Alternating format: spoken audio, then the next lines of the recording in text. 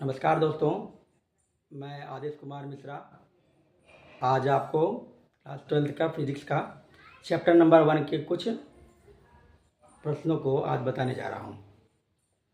ये मेरी class daily होती रहेगी, तो उसके लिए हम आज आपको स्टार्ट करते हैं फिर क्लास 12th का फिजिक्स का चैप्टर नंबर 1। इसमें जो टॉपिक है, जो कुछ सेलेक्टेड प्रूफ होते हैं जो बोर्ड पेपर में आते हैं, आप वहाँ बैठ जाइए। तो देखिए, हमारा टॉपिक है ये deduce an expression for electric field intensity due to an electric dipole moment. ठीक है, तो ये हमारा टॉपिक है। तो इसको और कैसे करना है ये देखते हैं। तो सबसे पहले इस क्वेश्चन में देखिए, deduce an expression for electric field intensity due to an electric dipole. तो इसके लिए सबसे पहले हम एक डाइपोल मोमेंट बनाते हैं। सबसे पहले क्या करेंगे, हम एक डाइपोल मोमेंट बनाएंगे।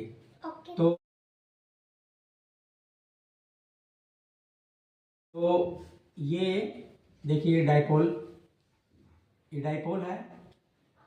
Late us consider A and B is a dipole. A और बी एक डाइपोल है। इस डाइपोल का मिड पॉइंट ओ है। इस मिड पॉइंट ओ से एल डिस्टेंस पर एक चार्ज है -q, और दूसरे एंड पर दूसरा चार्ज है +q।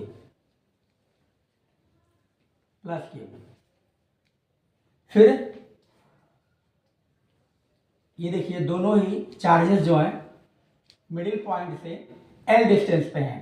तो इस प्रकार अगर देखा जाए तो टोटल जो डिस्टेंस हमारी कवर होगी वो कितनी हो जाएगी, 2l हो जाएगी। क्लियर? तो ये कितना हो जाएगा, टोटल 2l हो जाएगा। फिर हम इसके मिड पॉइंट से हम एक्सियल पोजीशन पर एक पॉइंट कंसीडर करेंगे। इसको हम P मान लेते हैं।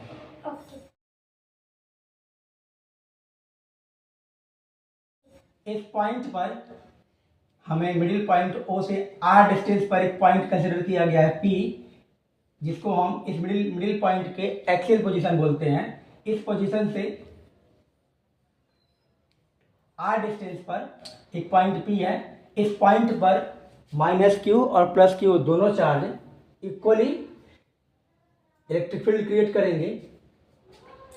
मान लेते हैं कि E1 और E2 है इनकी electric field intensity. E1 -q के कारण मान लेते हैं, और E2 जो है +q के कारण मान लेते हैं। ऐसा इसलिए होता है क्योंकि प्लस चार्ज जो होता है उसमें इलेक्ट्रिक फील्ड लाइंस हमेशा बाहर की तरफ जाती हैं, और माइनस में हमेशा अंदर की तरफ इलेक्ट्रिक फील्ड लाइंस आती हैं। इसलिए माइनस वाले की वजह से इलेक्ट्रिक फील्ड इंटेंसिटी का डायरेक्शन अंदर की तरफ, और प्लस वाले की वजह से बाहर की तरफ दिखाया गया है। अब हम क्या करेंगे, सबसे पहले लिखते हैं यहाँ पर। अगर आप देखा जाए तो -q से p के बीच की डिस्टेंस कितनी होगी, -q से p के बीच की डिस्टेंस देखी जाए तो टोटल जो होगी वो r + l होगी। कितनी होगी, r + l। क्यों? क्योंकि इतनी डिस्टेंस यहां से यहां तक की r है, और ये वाली डिस्टेंस कितनी है, l है। तो ये डिस्टेंस टोटल कितनी बन जाएगी, r + l बन जाएगी। और प्लस q वाले चार्ज से इसकी डिस्टेंस अगर मेजर की जाए p पॉइंट की, तो वो कितनी होगी, r - l होगी। कितनी होगी, r टोटल और इतनी l। तो ये r में से इस l को माइनस कर देंगे तो हमको ये डिस्टेंस मिल जाएगी। क्लियर? तो ये r - l होगी। अब हम अगर देखा जाए तो -q के कारण p पॉइंट पर इलेक्ट्रिक फील्ड इंटेंसिटी कैसे निकलेगी, according to the formula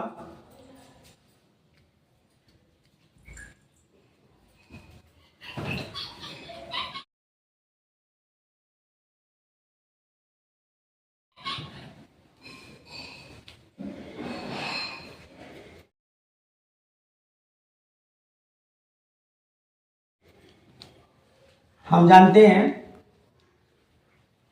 E is equal to 1/4πε0 Q/r²। इस फार्मूले का हम यूज करेंगे। तो हमें एक्सियल पोजीशन पर फाइंड आउट करना है इलेक्ट्रिक फील्ड इंटेंसिटी को। तो let us consider -q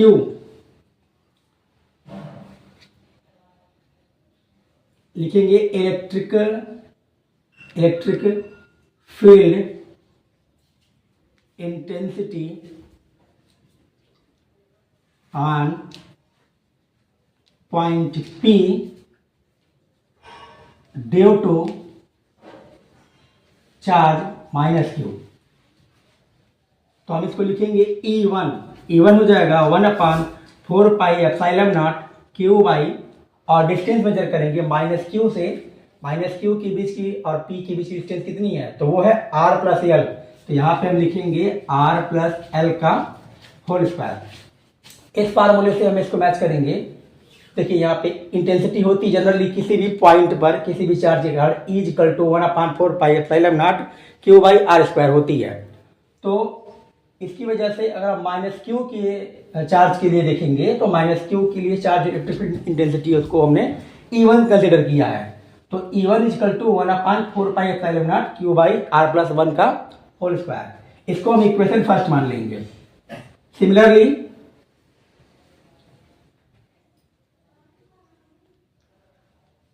E2 क्या होगा हमारा, तो वो होगा 1/4πε0 Q/r-l का होल स्क्वायर। इसको हम इक्वेशन 2 कह देंगे। ये इलेक्ट्रिक फील्ड इंटेंसिटी किसकी वजह से हुई है, तो ये electric field intensity plus Q charge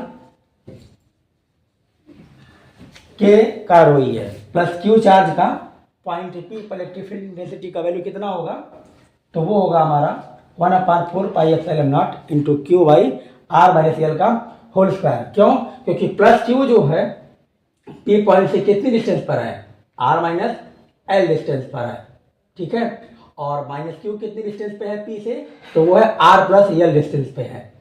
तो जनरली हम इस r की जगह पे हम -q के लिए r + l स्क्वायर रखेंगे और +q के लिए r - l का होल स्क्वायर रखेंगे, ठीक है।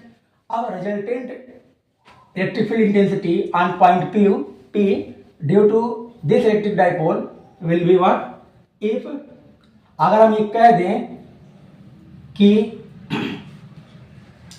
E1 is greater than E2, तो हमारा रिजल्टेंट क्या होगा, E = E1 - E2 होगा। हमारा E1 या E2 दोनों में से कोई भी वैल्यू बड़ी हो सकती है। जो भी बड़ा होगा बड़े में से छोटे को हम माइनस करेंगे। E2 अगर आपका बड़ा होता है तो E2 में से E1 को माइनस करेंगे। तो generally resultant electric field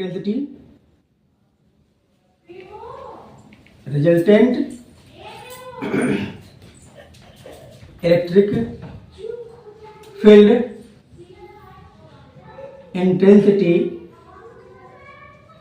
due to electric dipole on point P will be E = E1 - E2। यहाँ पे हम इस वैल्यू को पुट करेंगे। अब आप चेक करेंगे कि दोनों में कौन सी वैल्यू बड़ी है। जो वैल्यू बड़ी होगी हमको उसको आगे रखना होगा। तो आप ये देखिएगा, ध्यान से देखा जाए तो 1/4πε0 और Q, ये दोनों ही वैल्यू दोनों ही फार्मूले में सेम है। बस यहाँ पे अगर देखा जाए तो यहाँ पे r + l का स्क्वायर है और यहाँ पे r - l का स्क्वायर है, ठीक है। तो अगर हम इसको चेक करें, यहाँ पे हम अगर r और l की दोनों ही वैल्यू सेम रखें, यहाँ पर अगर हम सपोज कर लें कि r की वैल्यू 2 है, या मान लेते हैं r की वैल्यू 1 हो, l की वैल्यू 1 हो, तो 1 1 2, तो 2 का स्क्वायर करेंगे 4, यानी यहाँ पे हमको वैल्यू मिलेगी 1/4। तो 1/4 होने की का मतलब 0.25, और यहाँ पे अगर देखिए तो 1 और 1 - 1 0, तो ये बन जाएगा 0 का स्क्वायर, और 1/0 मीन्स इनफाइनाइट। तो बड़ी वैल्यू कौन सी हुई, नीचे वाली या बड़ी वाली, ऊपर वाली। यहाँ पे फिर से एक बार और देख लीजिए, अगर r की वैल्यू यहाँ पे हम 2 ले लें और यहाँ पे इसकी वैल्यू 1 ले लें, या इसको ले लीजिए 9 ले लीजिए, इसको 3 ले लीजिए, यहाँ पे भी 9 + 3 कर लीजिए। 9 + 3 करेंगे तो कितना हो जाएगा 12, 1/12 का स्क्वायर 1/44, 1/44। तो ये वैल्यू, और यहाँ पे अगर 9 में से 3 माइनस करेंगे तो 6 का 1/6 का 36, तो 1/36, ये 1/44। तो दोनों में वैल्यू बड़ी कौन सी होगी? जिसका डिनोमिनेटर बड़ा होगा वो वैल्यू छोटी होगी, तो ये वाली वैल्यू बड़ी होगी। इट मीन्स हम ये कह सकते हैं कि ये वाली नीचे वाली वैल्यू बड़ी होगी, नीचे वाली क्या होगी वैल्यू बड़ी होगी, और ऊपर वाली वैल्यू छोटी होगी। तो हम यहाँ पे हम कह सकते हैं E2 ग्रेटर E1, तो रिजल्टेंट क्या होगा E2 - E1।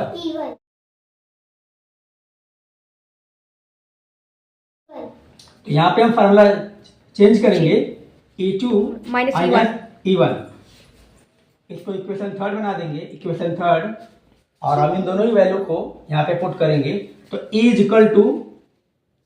E2 का वैल्यू क्या है 1/4πε Q r - L का स्क्वायर, यहाँ पे रखेंगे 1/4πε0 Q r + L का होल स्क्वायर। अब इसको जस्ट हम सिंप्लीफाई कर देंगे और हमको electric field intensity P point पर इस डाइपोल की वजह से मिल जाएगी। तो देखिए इसको कैसे सॉल्व करते हैं। तो E यहाँ पे देखिए Q/4πε0 और Q/4πε0 दोनों सेम है, जिसको हम कॉमन कर लेंगे। Q/4πε0 कॉमन, यहाँ बचेगा r - L का स्क्वायर, यहाँ बचेगा r + L का स्क्वायर। अब अगर ध्यान से देखिए तो ये r - L और r + L अंदर है, तो ये बन जाएगा r² - L² का होल स्क्वायर। तो ये फार्मूला आपका ऐसे बनेगा Q/4πε0, यहाँ पे देखिए इसका एलसीएम लीजिए तो r² - L का स्क्वायर, देखिए ये वाला क्रॉस मल्टीप्लाई होगा, ये यहाँ जाएगा, तो इसको ओपन कर लीजिए, डायरेक्टली ओपन कर लेते हैं, r² L² 2rl, और यहाँ पे अगर हम इसको ओपन करते हैं और इस माइनस को उल्टी कराते हैं तो r² - L² और अंदर वाला बन जाएगा,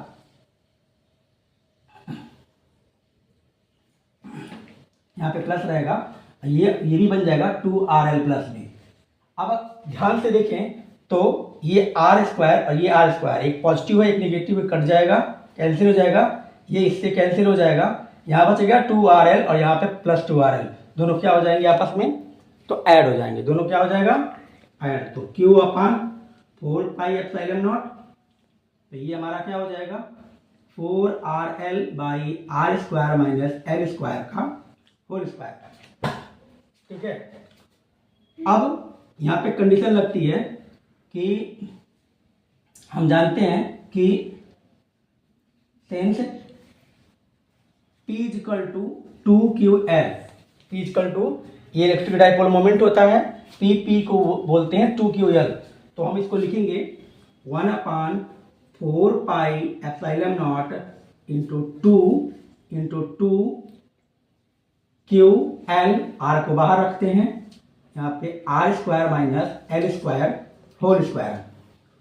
ठीक है, अब हम इसको पुट कर देंगे value 1/4πε0 × 2πr/r²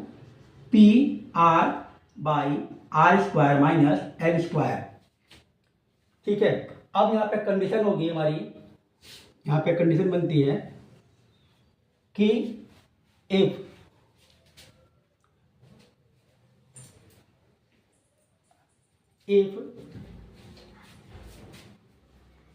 r greater than L, then L² will be neglected, L² की वैल्यू निगलेक्ट कर दी जाएगी।